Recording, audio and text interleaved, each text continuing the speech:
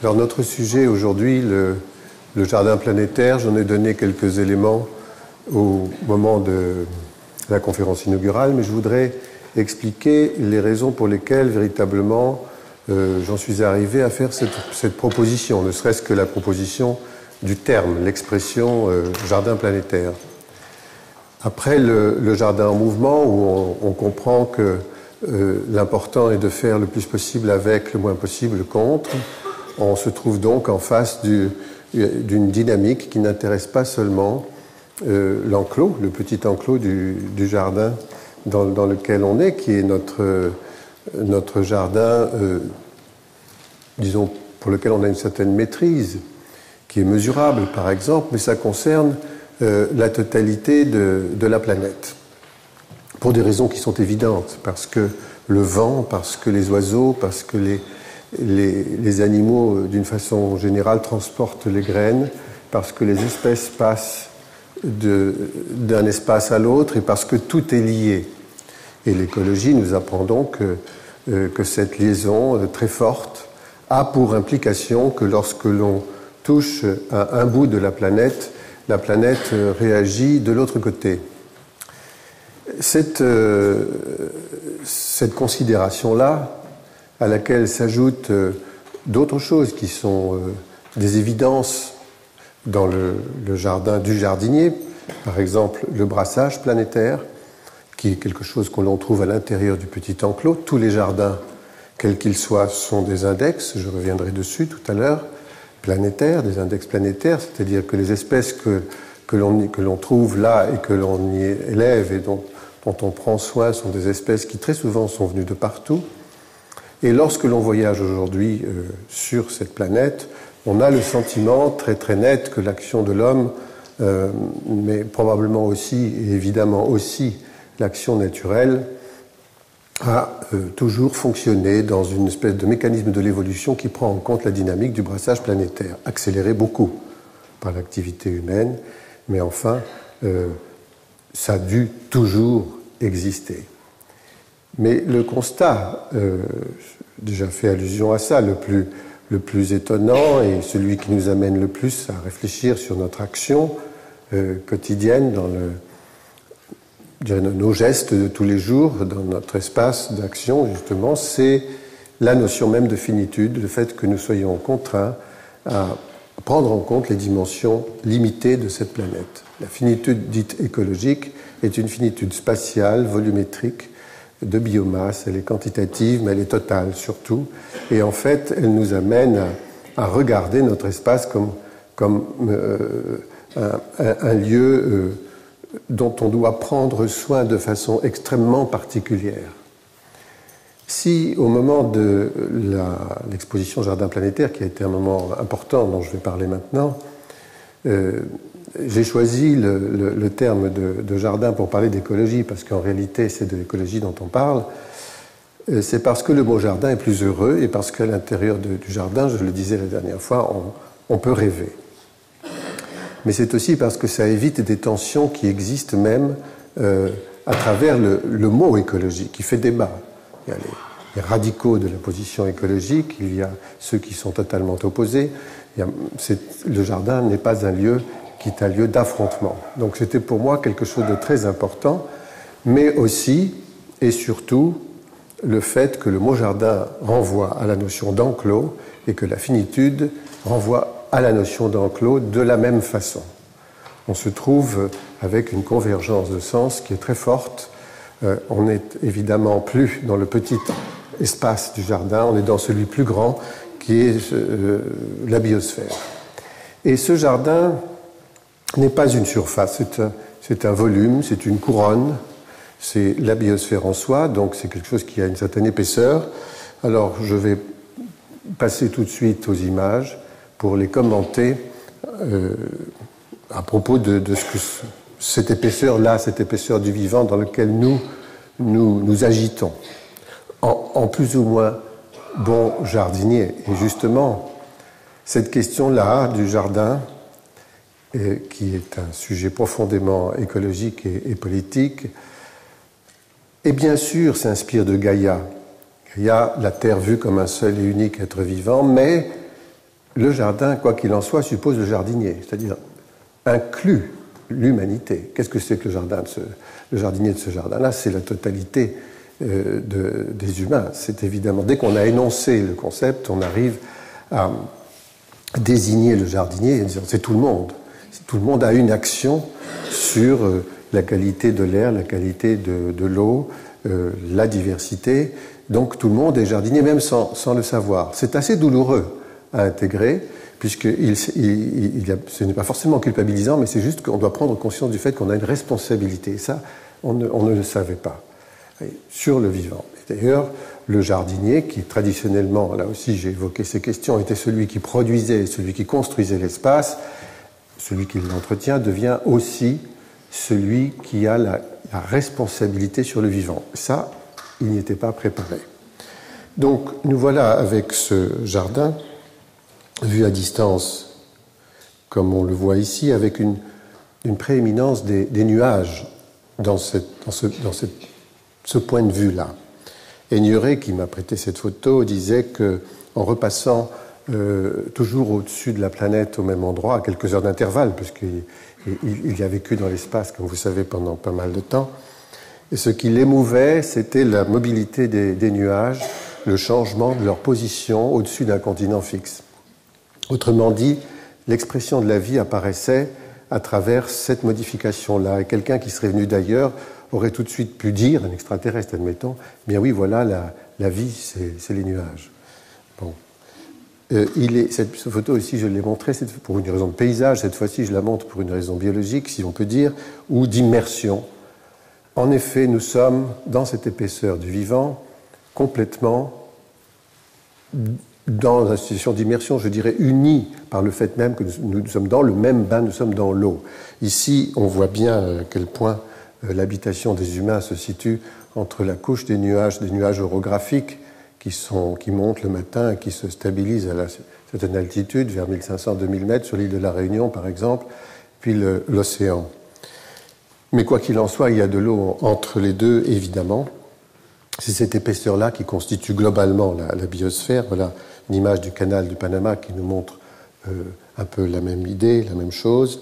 Et le sommet, c'est pas très haut, hein, le sommet de ces nuages, même lorsqu'il s'agit de cumulus incus, qui sont des grands cumulus en forme d'enclume et qui se forment dans des conditions particulières et qui traversent le sommet de la troposphère et qui atteignent quelquefois jusqu'à 18 000 mètres de haut, alors que ça se stabilise en général à 10 000. Vous savez, c'est la hauteur à laquelle volent les avions. Ça fait une petite épaisseur, tout ça. C'est pas très grand au-dessus. Donc voilà, on est au-dessus, cette fois-ci, d'une couche de nuages qui est plus basse. On est sur des stratus, au-dessus de Milan. Les Alpes traversent tout ça. On est au-dessus de l'eau, mais on est encore dedans, malgré tout. Aussi, même au niveau des océans, au moment de la fonte au nord de la Russie, ou sur le sol, et la vie continue dans le sol lui-même, avec l'eau qu'il y a dans ce sol, quelquefois même sans la présence de l'eau, jusqu'à atteindre la lithosphère. Donc c'est une petite épaisseur. Cette épaisseur est simulée ici, vous voyez, avec cette couche de nuages. C'est ça notre jardin, de son sommet, avec quelquefois des émergences au-dessus de ce que je dis être disons le milieu où l'on peut vivre, mais il est possible qu'il y ait des micro-organismes vivants en dehors de ce que nous appelons la biosphère. C'est très improbable.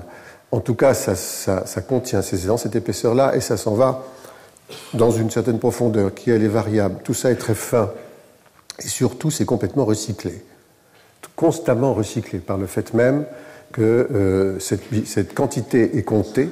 L'eau qui va s'évaporer va retomber d'une certaine façon, et quand elle est contenue dans les plantes ou dans les animaux, elle joue à peu près le même rôle. Je dis que l'eau que nous buvons est une eau qui a été bue ou digérée ou évaporée par un certain nombre d'êtres tout au long de leur vie, plusieurs fois avant que nous en ayons l'accès.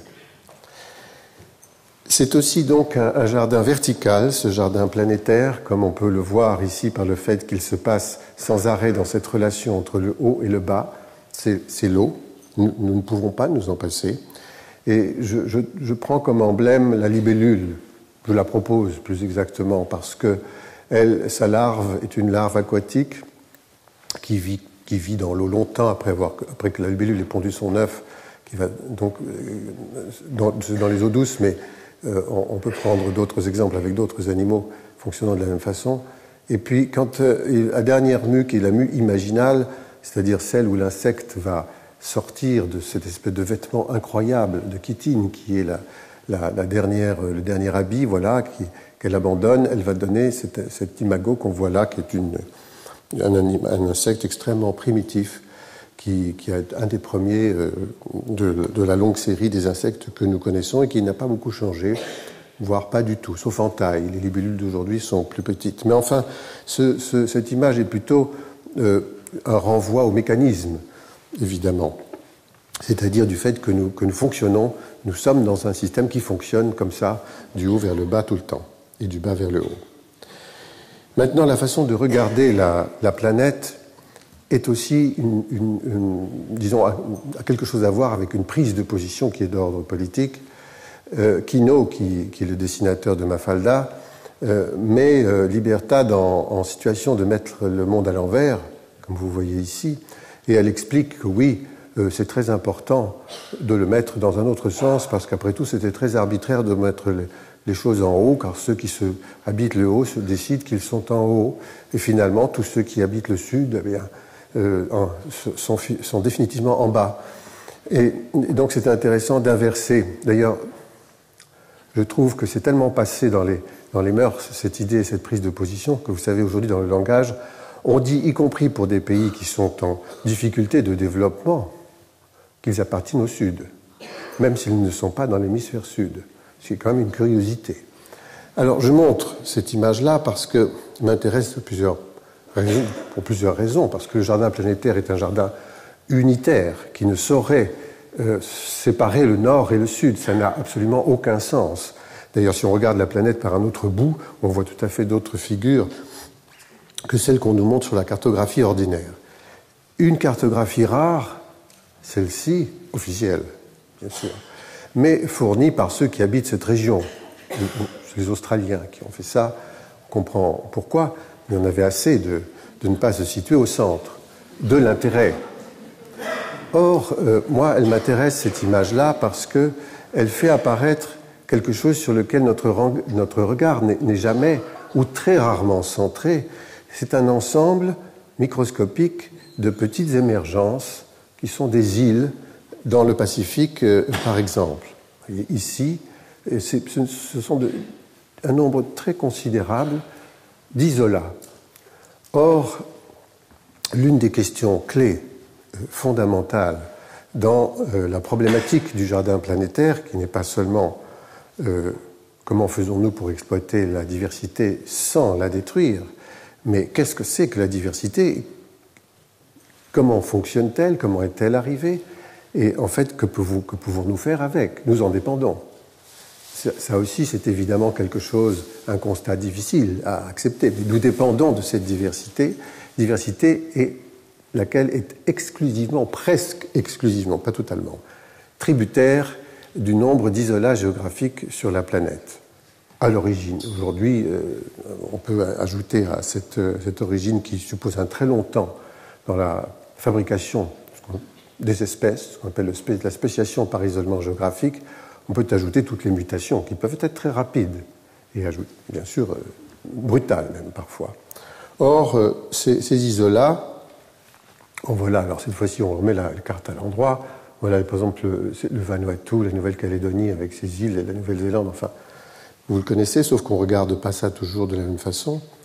Et ce qu'on appelle la spéciation par isolement géographique et qui aboutit au nombre d'espèces que nous avons aujourd'hui sur la planète dans un mécanisme de production et d'extinction de cette diversité qui, vous savez, a été long 5 fois. Nous en serions à la 6e extinction avec une origine purement humaine.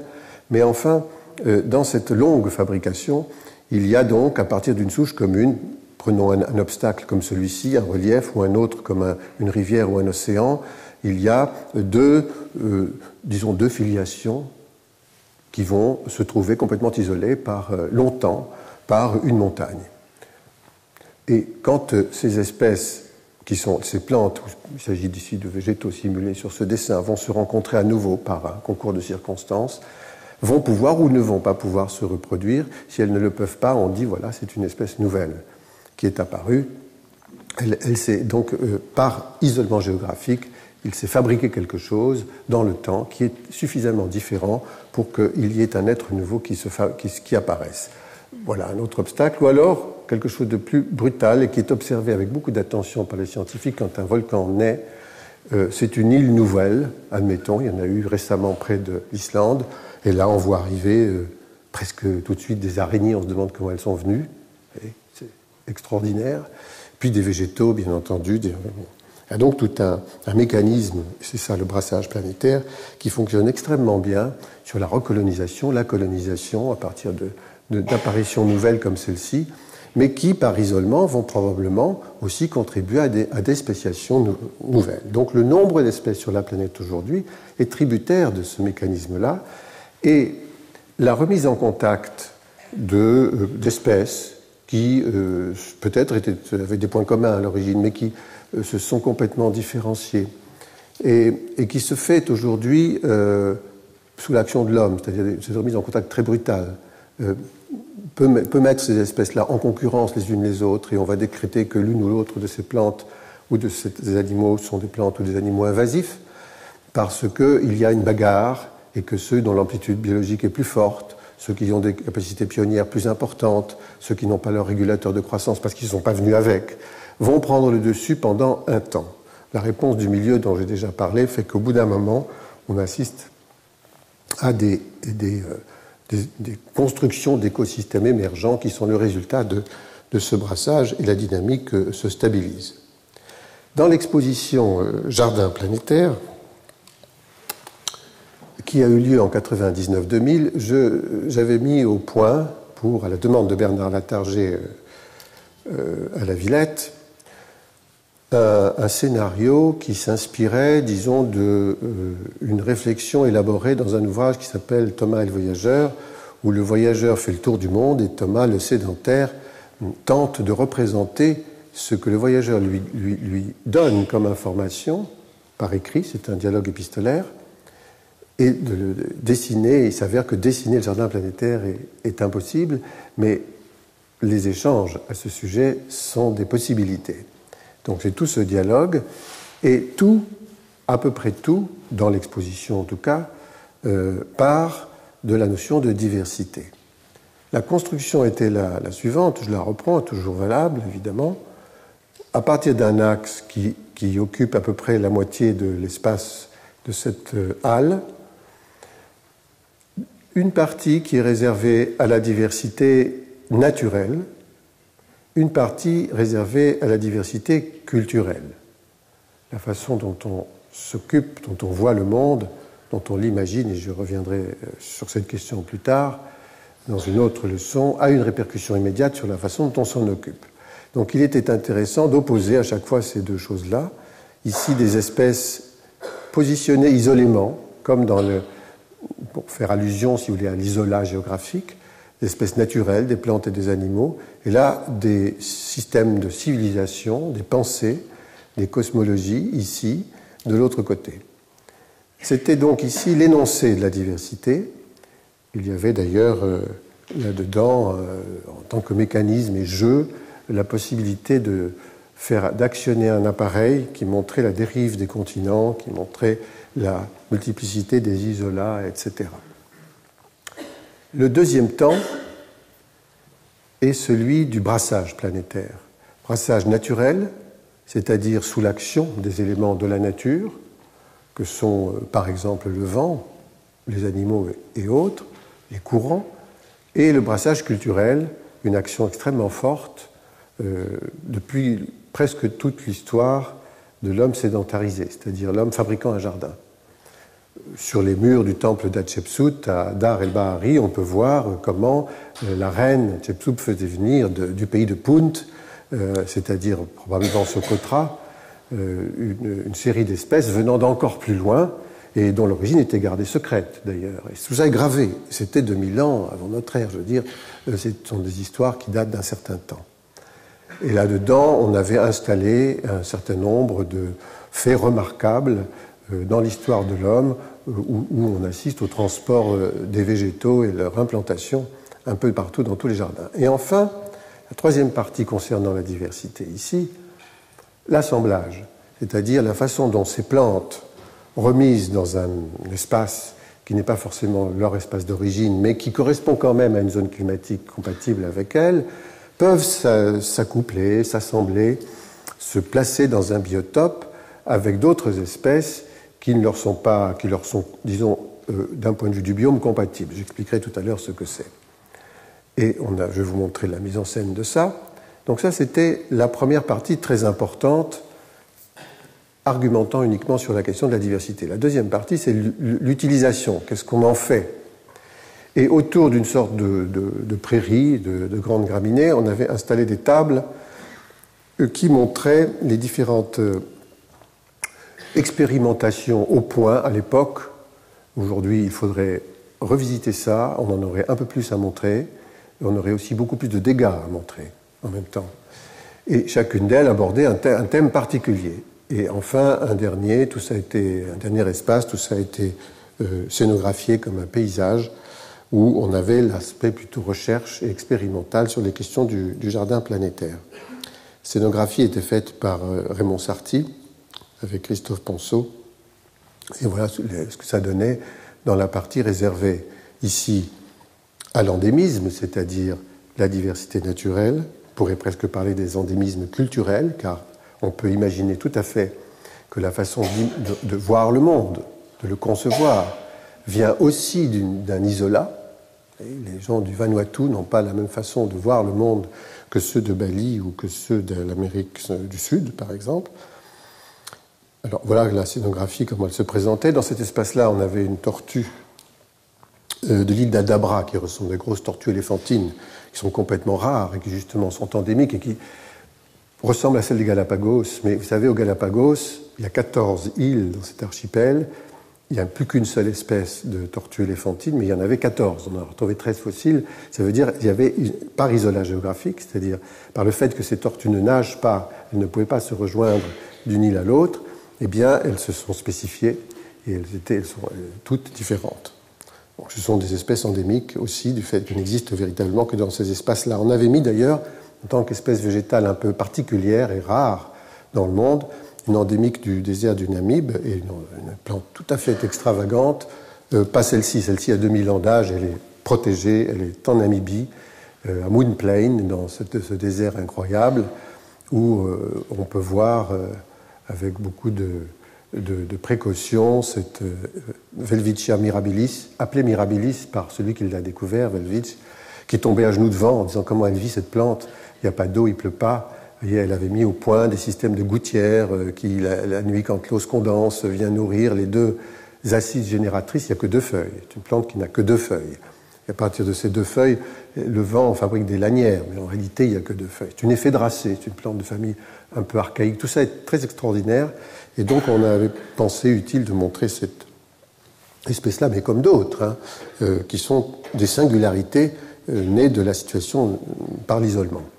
Par exemple, un Dracæna draco sur les Canaries aujourd'hui, on n'est pas sûr que ce soit totalement lié aux Canaries, puisqu'on aurait retrouvé des foyers de Dracæna draco, qu'on appelle le dragonnier, dans l'Atlas marocain.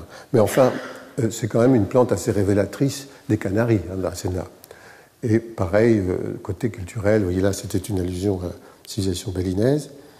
La partie du brassage planétaire était plutôt une partie qui permettait, avec des outils, d'observer dans le secteur naturel les espèces telles qu'elles se répandent dans l'espace, comment elles voyagent, à partir de quels dispositifs. Donc il y avait aussi des vidéos, mais on nous montrait beaucoup de graines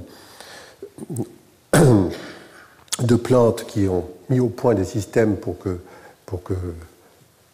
ces espèces s'en aillent le plus loin possible. Vous voyez, c'est le pissenlit. Une graine de pissenlit peut partir extrêmement haut, aller extrêmement loin et se reposer tout à coup. Une samarde, une graine d'érable, que je mets ici en comparaison avec l'aile de la libellule dont je parlais tout à l'heure, juste pour montrer les convergences de formes absolument incroyables. Oui. Ah, on ne veut pas revenir en arrière. Bon. Excusez-moi. Il faut un petit temps pour revenir en arrière. Voilà.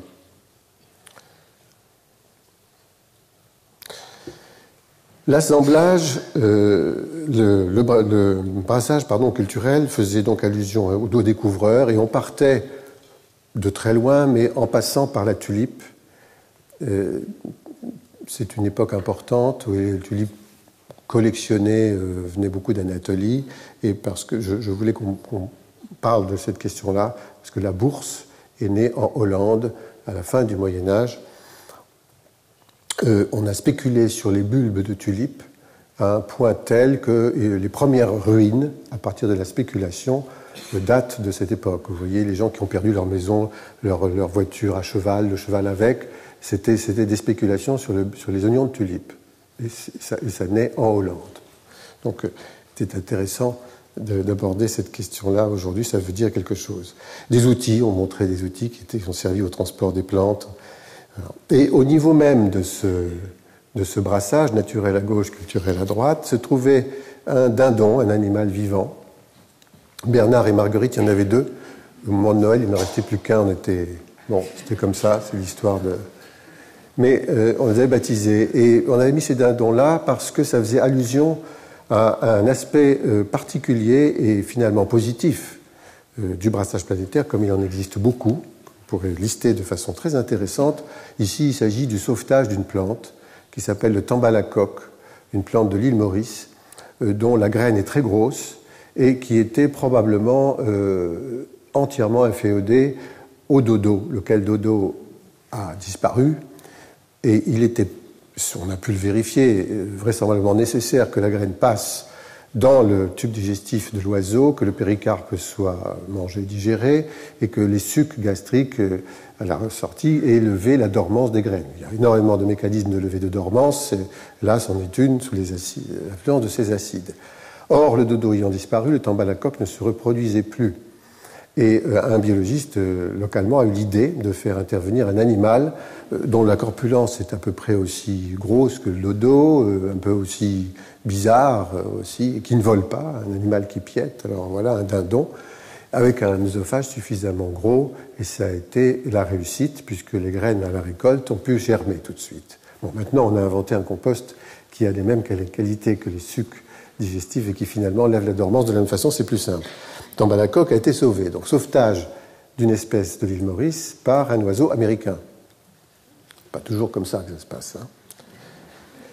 Et puis, donc, l'assemblage, une partie un peu particulière où la mise en scène se faisait autour d'une tourbière et qui parlait de la question des biomes et des microbiotopes ou des macrobiotopes. Mais enfin, ici, ce sont des immenses zones qu'on appelle des zones climatiques, où, par exemple, sous les tropiques, c'est ce qu'il y a de plus sombre sur cette carte.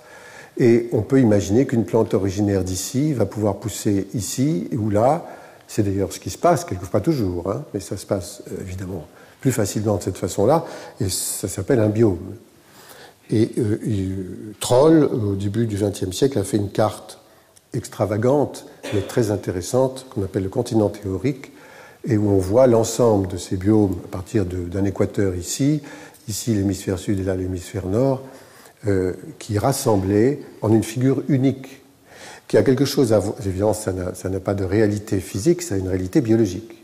C'est-à-dire qu'en effet, on a quelque chose de possible ici en tant qu'habitat pour un certain nombre d'espèces vivant dans les mêmes conditions, et ainsi de suite en fonction de chacun de ces codes-là. Et dans le système que j'avais choisi là, c'était à la fois un biome tempéré et à la fois un écosystème très étroit, qui est celui d'une tourbière, avec des espèces donc, qui ne peuvent pas vivre en dehors de la tourbière. Une espèce ne peut pas vivre en dehors de son biome, sauf exception. Les grandes cosmopolites qui franchissent les limites de biome sont très très très rares. J'ai pu observer la fougère grand aigle dans des régions tropicales. D'ailleurs, elle se sclérifie à cet endroit-là. Elle change un peu de figure, si vous voulez. C'est toujours la même espèce. Mais c'est très rare, c'est exceptionnel. La plupart du temps, elles ne passent pas ces limites-là parce qu'elles ne peuvent pas vivre, tout simplement. Et à l'intérieur de ces grands biomes, il y a des microbiotopes, des microzones climatiques ou pédologiques, enfin des conditions spéciales. La tourbière en est un. Et nous avions installé un Sarracenia américain, qui est d'ores et déjà en Europe, dans les tourbières européennes, et qui vit dans des conditions justement d'écosystèmes complexes émergents, aujourd'hui, de façon banale, sans prendre le dessus pour autant. Et ça se passait très bien. Ce qu'on avait prévu comme système, toujours lié à l'eau d'ailleurs, qui traduisait plutôt l'assemblage culturel ou la démonstration culturelle, c'était la rizière. Or, il s'est trouvé, c'était très amusant, dans les 4 mois de l'expo, que des grains de riz, des grains ont mûri pendant la durée de l'exposition, sont venus germer dans la tourbière.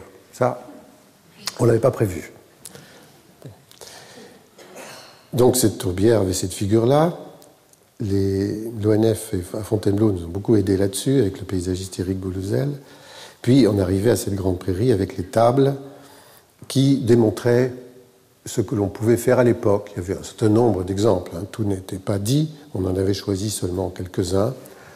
Par exemple ici, dans Ne pas blesser la terre, la façon dont aujourd'hui, sur des immenses surfaces, c'est-à-dire à des échelles quasi industrielles, on peut, avec des techniques complètement différentes, sans ouvrir le sol, comme on le fait de façon violente, en ménageant la vie dans le sol, ce dont je parlais tout à fait au début, cultiver des productions sur des très grandes distances, des très grandes surfaces. Ces techniques qui sont celles qu'on appelle des semi-directs, à partir de couverture du sol qu'on a mis en place. Il y a un premier labour et première fauche, et ensuite il y en a plus, c'est-à-dire qu'on finit par protéger le sol et retrouver sa qualité. C'était très important à apporter comme information et dire mais non, il n'y a pas que ce que nous faisons aujourd'hui qui est très violent qui fonctionne. Il y a aussi d'autres manières de faire. Alors, il y avait comme ça une dizaine de tables qui parlaient de ces questions. Voilà une culture en semi-direct sur des très grandes surfaces au Brésil. Voilà une autre plantation d'une espèce dans une couverture de sol d'arachide. Donc on a deux cultures qui se superposaient aujourd'hui, redeviennent à la mode à travers l'agroforesterie. Hein. On a beaucoup changé aujourd'hui. 10 ans plus tard, on voit arriver dans nos préoccupations, nous pourtant paysagistes, sollicités sur des sujets qui sont d'habitude des sujets d'aménagement, des questions qui sont liées à la production vivrière. Ça, ce n'était pas prévu non plus. Ça veut dire qu'il y a des urgences. Y compris sur des petites technologies, on montrait comment on pouvait agir sans faire intervenir des machines qui sont quelquefois inutiles, lourdes, dangereuses pour le sol, dangereuses pour l'air avec la pollution, etc. Mais on abordait aussi des technologies industrielles importantes. À l'époque, on en parlait peu. Aujourd'hui, c'est banal. On dirait que même c'est plus que banal. Enfin, c'est des polémiques à ce sujet. C'est comment produit-on ces énergies-là. Tout ça participe de la problématique du jardin planétaire. Et comment analyse-t-on ? À Copenhague, j'avais trouvé ce monument à l'air pollué. Ça, c'est rare aussi. Un monument à l'air pollué, vous voyez. Donc, dans ces colonnes-là, montent des petites billes qui nous disent, à partir de là, vous ne pouvez plus respirer. Bon. Donc, vous vous mettez en apnée, en quelque sorte. Bon. Mais c'est intéressant comme indication. On n'a pas ça chez nous, on devrait. Ça nous ferait réfléchir, je pense. Et puis on montrait aussi des mises au point à partir de techniques ancestrales, artisanales, remarquables, mais modifiées. Par exemple, les Akaja en Afrique centrale se faisaient à partir de branchages immergés dans l'eau, développant des algues, attirant les poissons faciles à pêcher. Mais destruction de la forêt à cause de ces bois qu'on mettait dans l'eau. Donc, changement de technique, élevage de bambou, beaucoup plus facile, évidemment, puisque c'est des plantes qui poussent très vite, et même résultat, excellent, et la forêt revient. Or, la forêt, dans ces régions du monde, c'est ce qu'il y a de plus précieux, c'est ce qui est le plus fragile aussi. Là, c'était les Akaja, ça c'était toujours en Afrique centrale, un exemple montrant la façon dont on peut éradiquer à 90% et parfois plus la maladie du sommeil à travers, vous savez, la mouche tsetse. Comment faisait-on avant? Un avion, des insecticides partout, qui bien entendu tuent les mouches, tsetse, mais tout le reste, c'est-à-dire destruction de l'écosystème. Là, non, c'est un piège c'est une couleur qui attire la mouche. Elle est placée à des endroits que le satellite nous indique. Ça veut dire qu'il faut avoir du tissu bleu et un satellite. Ça, c'est évidemment plus difficile, mais on peut demander. Et on vous dit, oui, voilà la galerie forestière où il faut placer les pièges. Les mouches arrivent et à ce moment-là, elles ne parviennent jamais à repartir par là où elles sont arrivées. Ce stock, si on peut dire, en haut. Et là, on les empoisonne facilement. Mais seulement elles. Ces petites choses extrêmement importantes permettent à une société de revivre, vous voyez. Donc tout ça participait de notre réflexion. Mais bien sûr, la question même du recyclage auquel j'ai fait allusion dans la première leçon est une question forte, considérablement importante, et encore plus aujourd'hui qu'il y a 10 ou 11 ans. Cette expérience dans la ville de Curitiba a maintenant 40 ans. Ça veut dire que le maire, Jaime Lerner, lui, a travaillé là-dessus en anticipant. On accède par ce petit chemin de bois au bâtiment qui est celui de l'environnement pour la ville de Curitiba. Et il est fait à partir de la récupération des poteaux télégraphiques de l'État du Paraná. C'est-à-dire qu'au lieu de... On ne sait pas quoi faire avec, au lieu de détruire ou brûler, ou je ne sais pas quoi, et lui dit non, on va en faire un élément de construction. Donc une architecture inventive, évidemment bizarre aussi, mais très intéressante. Et dans ce bâtiment, il y a des formations qui sont destinées aux chauffeurs de taxi, aussi bien qu'aux enseignants des écoles. Enfin, comment fait-on pour ne pas polluer, par exemple, pour vivre, pour recycler, ainsi de suite. Donc voilà plusieurs bâtiments administratifs. Les serres municipales de la ville de Curitiba recyclent les pots de maté. Maté, vous savez, on boit dedans. Alors, on fait un petit trou pour le drainage, on plante les plantes que l'on veut multiplier là-dedans, et c'est pas compliqué. C'est un recyclage sans transformation. Il y en a comme ça des quantités. Il y en a aussi avec transformation, évidemment. Donc, c'est constamment une préoccupation des gestionnaires de cette ville. Le tri. Déjà à cette époque, c'était en 98.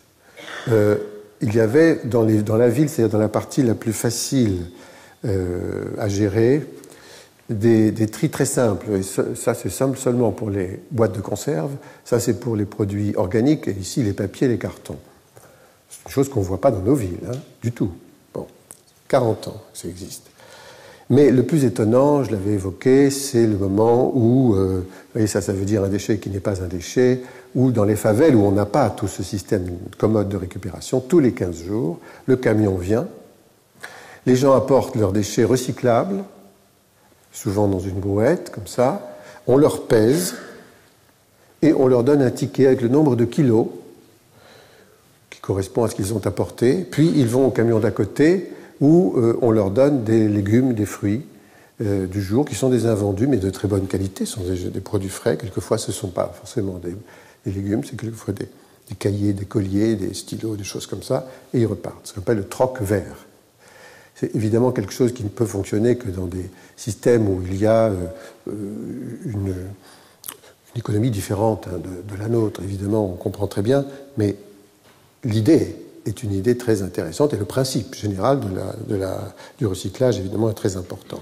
Tout a été pensé comme ça dans cette ville, y compris pour ce qui concerne les transports. Vous voyez, par exemple, l'urbaniste a refusé le plan d'urbanisme qu'on proposait depuis l'Europe ou depuis les États-Unis. C'est beaucoup trop cher, on ne fera pas de métro de toute façon. La ville est passée de 300 000 habitants à 2 300 000 en environ 30 ans, à l'époque, c'était. Eh bien, aujourd'hui, il y en a plus, évidemment. Comment fait-on pour agrandir une ville comme ça avec cette vitesse-là? Il a mis au point un système de sites propres, uniquement avec des grands autobus, avec des stations particulières et de transport lent sur les côtés à partir de véhicules, les voitures, quoi, avec beaucoup de gendarmes couchés qui ralentissent la circulation. Donc si on veut aller vite, commodément, on prend le transport en commun. Et ça, c'est partout, sur toute la ville, y compris dans le cœur. Et enfin, comment on apprend tout ça à tout le monde? Deux systèmes, en plus de la formation classique, les phares du savoir, les petites bibliothèques devant chacune des écoles où tout le monde peut aller pour vraiment s'en renseigner, en plus du bâtiment destiné à l'environnement dont je parlais, puis les PIA, qui PIA veut dire enfants, mais qui sont destinés aux enfants petits, souvent dans les favelles, quelquefois famille défavorisée évidemment, et qui travaille sur ces sujets-là partout en général. Il y a des jardins, il y a des ateliers de recyclage. Ça, par exemple, c'est fait avec du papier glacé.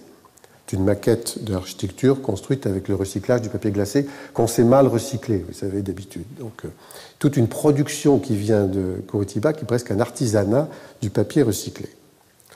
La dernière partie de cette exposition abordait la question de recherche, et l'une d'elles, qui m'est chère, et tout le monde connaît, hein, la mission Radodécime, qui a été proposée par Francis Allais, et qui aujourd'hui continue de circuler, va faire une mission au Laos bientôt. À l'époque, était ici au Gabon.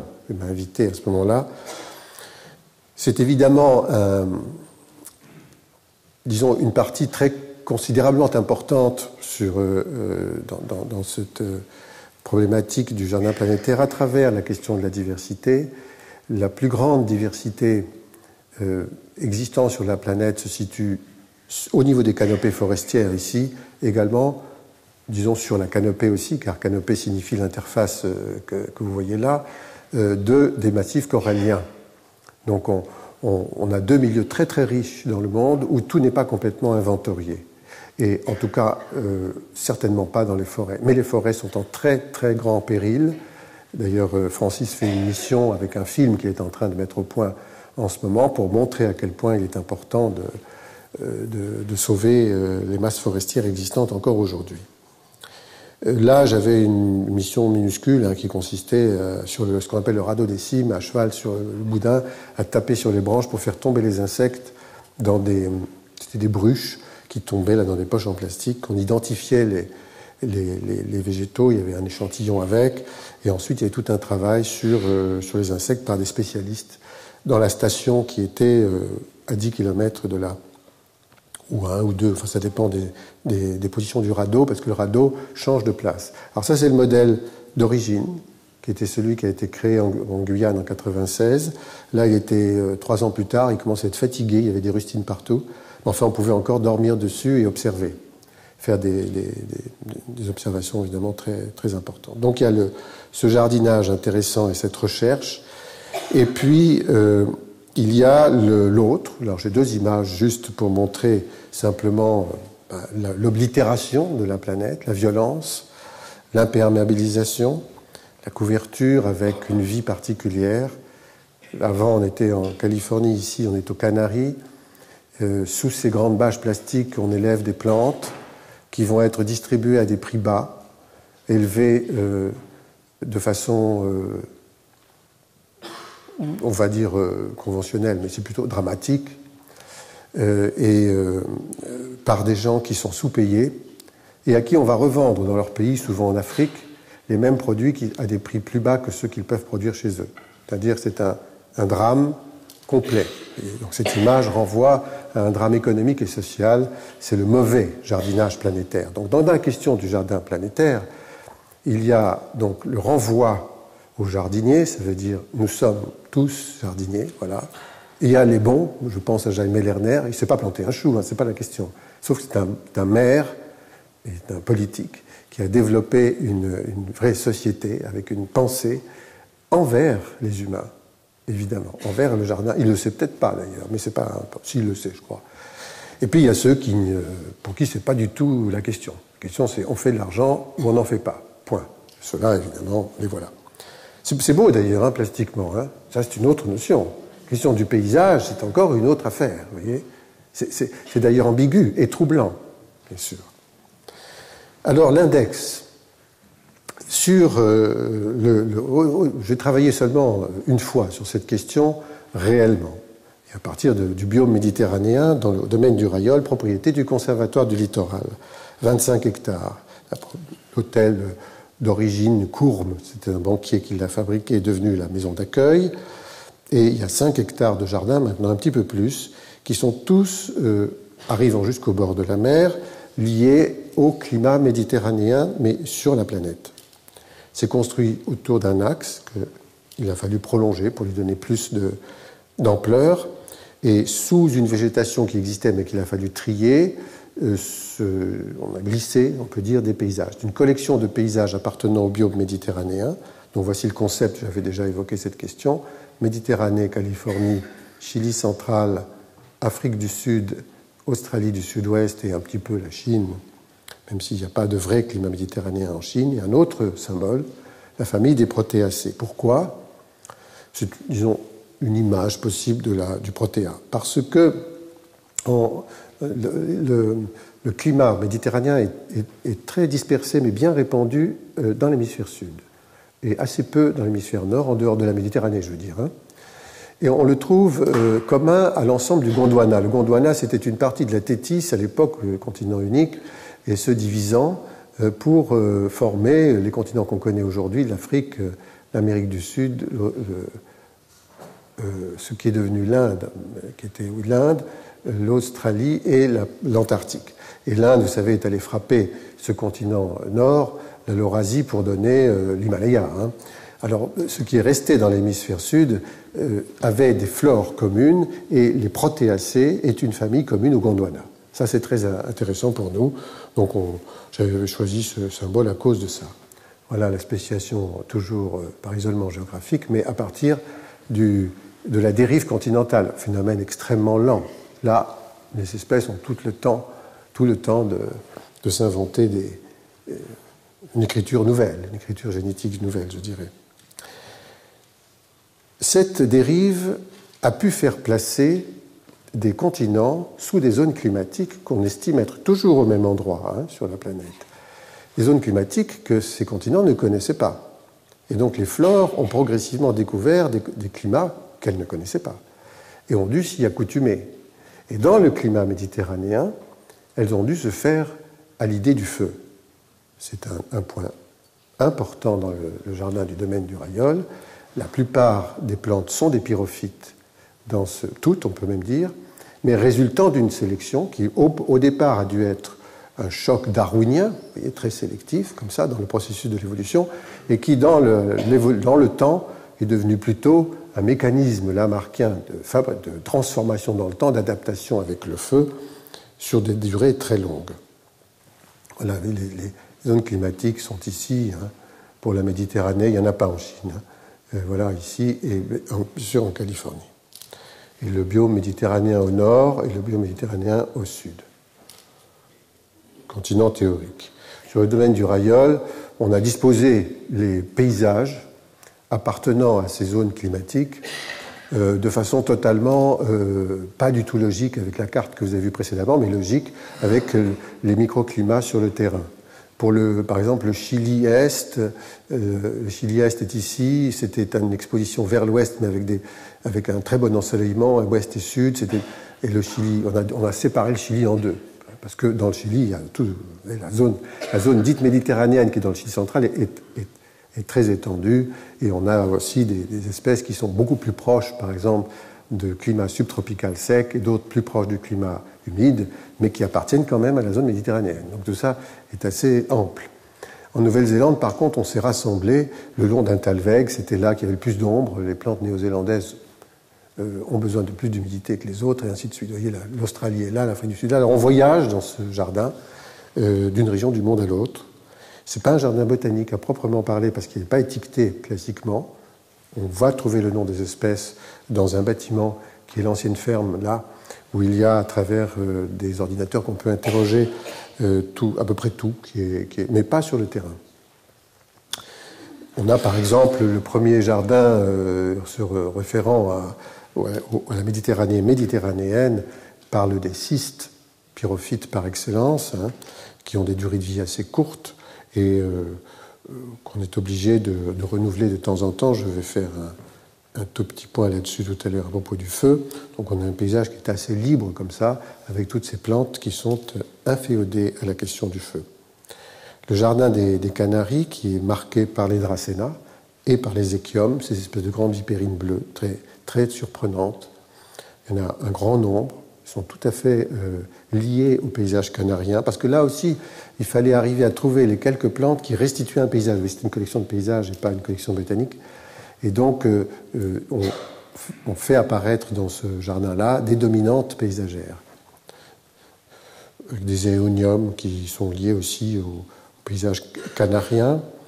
L'Australie, on l'aborde par un grand eucalyptus qui est le plus vieux, qui était là avant, mais on le scénographie particulièrement et on montre par là que les écorces ont un rôle important dans la protection du sol. Donc il y a une mise en place de ces écorces-là. Cette partie australienne côtoie la partie sud-africaine. C'est une des images du début. Aujourd'hui, il a beaucoup évolué. Les plantes sud-africaines se sont multipliées à partir de tous les aloès. Vous savez, il y a 250 espèces d'aloès en Afrique du Sud. Ça n'en a que 5 au Rayol, hein, puis peuvent pousser là. Et puis, bien sûr, les plantes australiennes remarquables, comme notamment l'Exanthorea. Je vais en dire un mot après. Et les Restionacées, une plante extraordinaire qui ressemble à un jonc, et on arrive à la zone de rocaille. Ces 3 images que vous venez de voir se ressemblent beaucoup en tant que plantes. Elles se ressemblent, ces plantes. Les Xanthorea ont des feuilles filiformes comme ça. Les Restiaux, on dirait des joncs, et les Dasylirions, on dirait aussi. 3 familles botaniques complètement différentes, ce qu'on appelle des vicariants, et appartenant véritablement à des mondes, des origines géographiques, mais des origines botaniques différentes. Et ça, c'est très curieux aussi. Et comment, sous une pression climatique, certaines espèces ont décidé de se conformer de la même façon.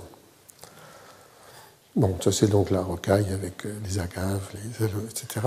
Les céréus, puis la zone néo-zélandaise qui est beaucoup plus humide, avec les titris, un certain nombre de plantes qui évoquent la zone de Taupo, où se déploient toutes ces espèces de prairies blondes couvertes de carex. Vous voyez, ça c'est un paysage de l'origine de Desert Road qui est dans le centre de l'île du Nord de la Nouvelle-Zélande. Donc c'est très typique, c'est très particulier. Ces plantes couvrent le sol, ce ne sont pas des graminées, ce sont des cypéracées.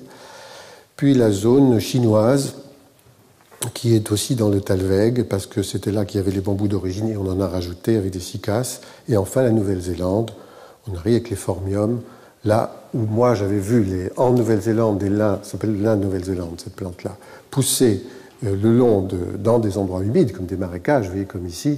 Il était donc question de les remettre dans leur biotope. Vous les voyez partout dans des conditions très différentes, mais ce n'est pas leur milieu d'origine. Là, on ne s'en occupe pas. Dès qu'elles poussent au bord de l'eau, tout va bien. Ainsi que les fougères arborescentes, qu'on a pu acclimater. On nous avait dit que ce n'est pas possible à cause du Mistral, mais finalement, si. Et donc, elles poussent très bien. Beaucoup de choses à dire sur cette flore néo-zélandaise très particulière, avec des feuilles toutes petites, des végétations divariquées en zigzag. Enfin, ce sont des étrangetés. Là aussi, des sortes d'endémismes.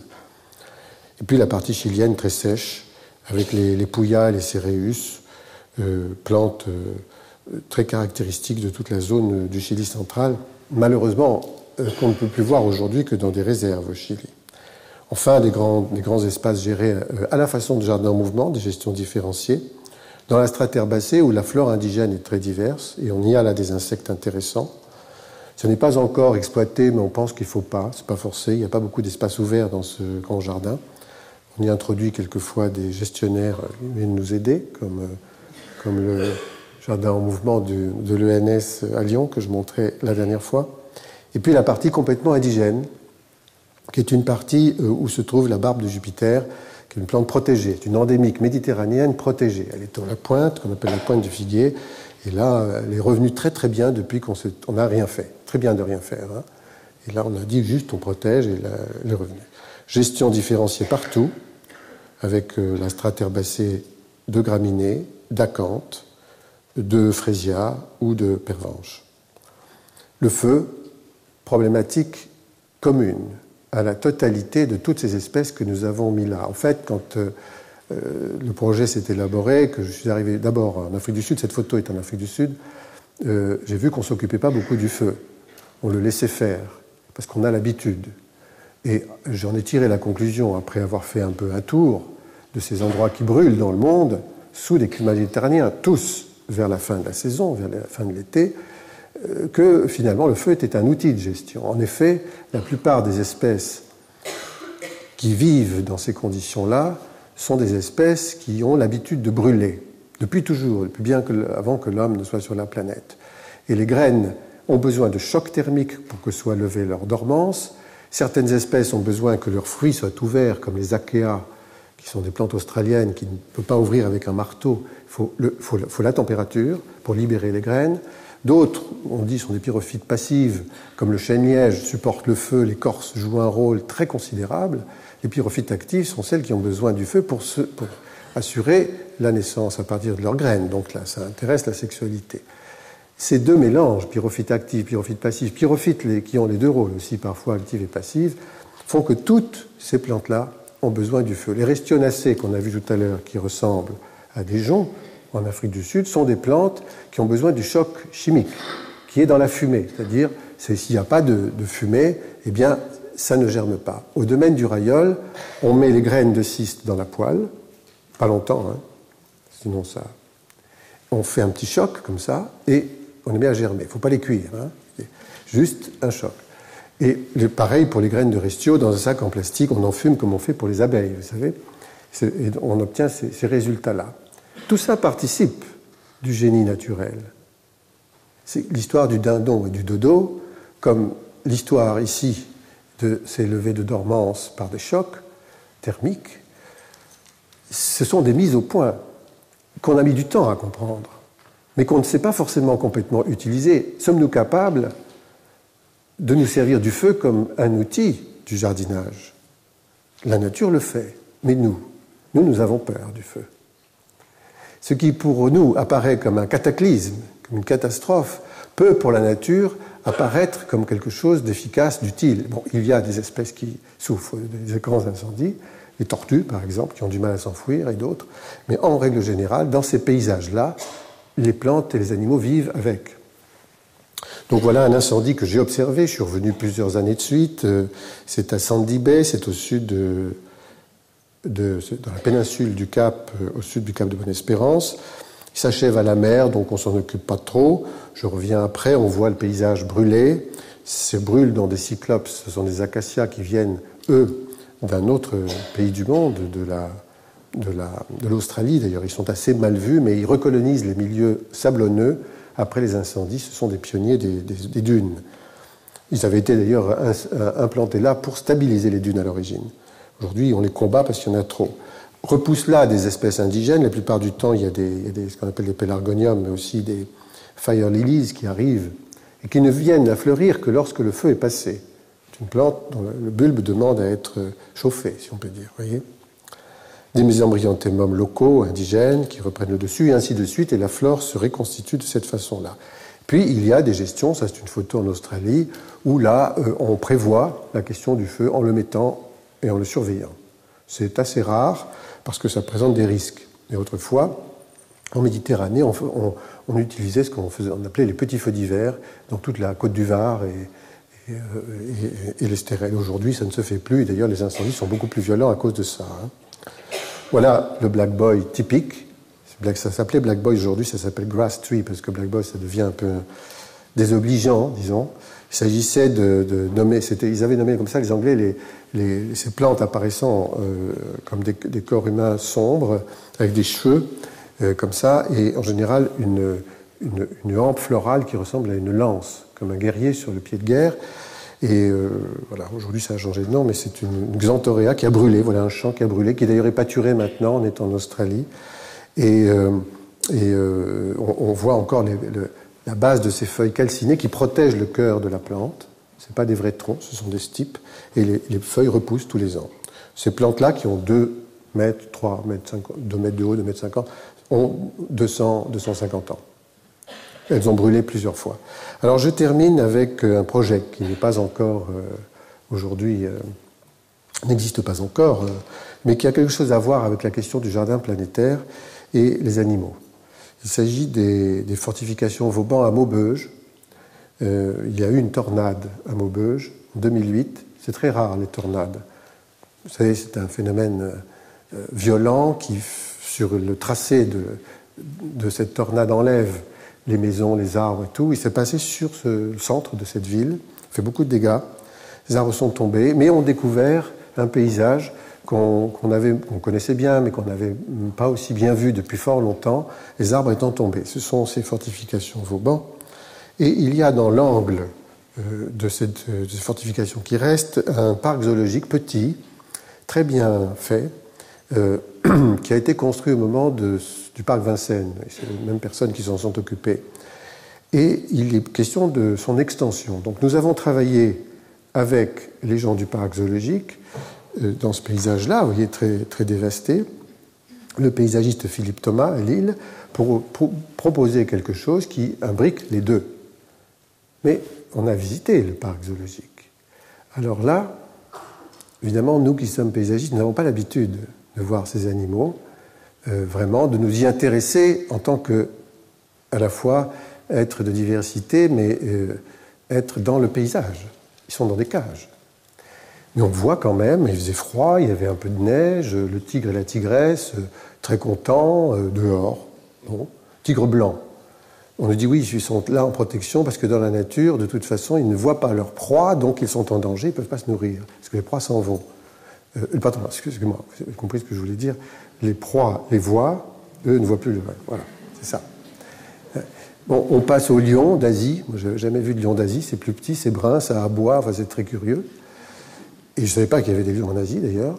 Et puis, enfin, d'animaux en animaux, comme ça, en passant par le capybara et autres, je ne sais plus, le chameau du Tibet, etc., tout ça étant des animaux en très bon état, on nous dit, voilà le loup à crinière.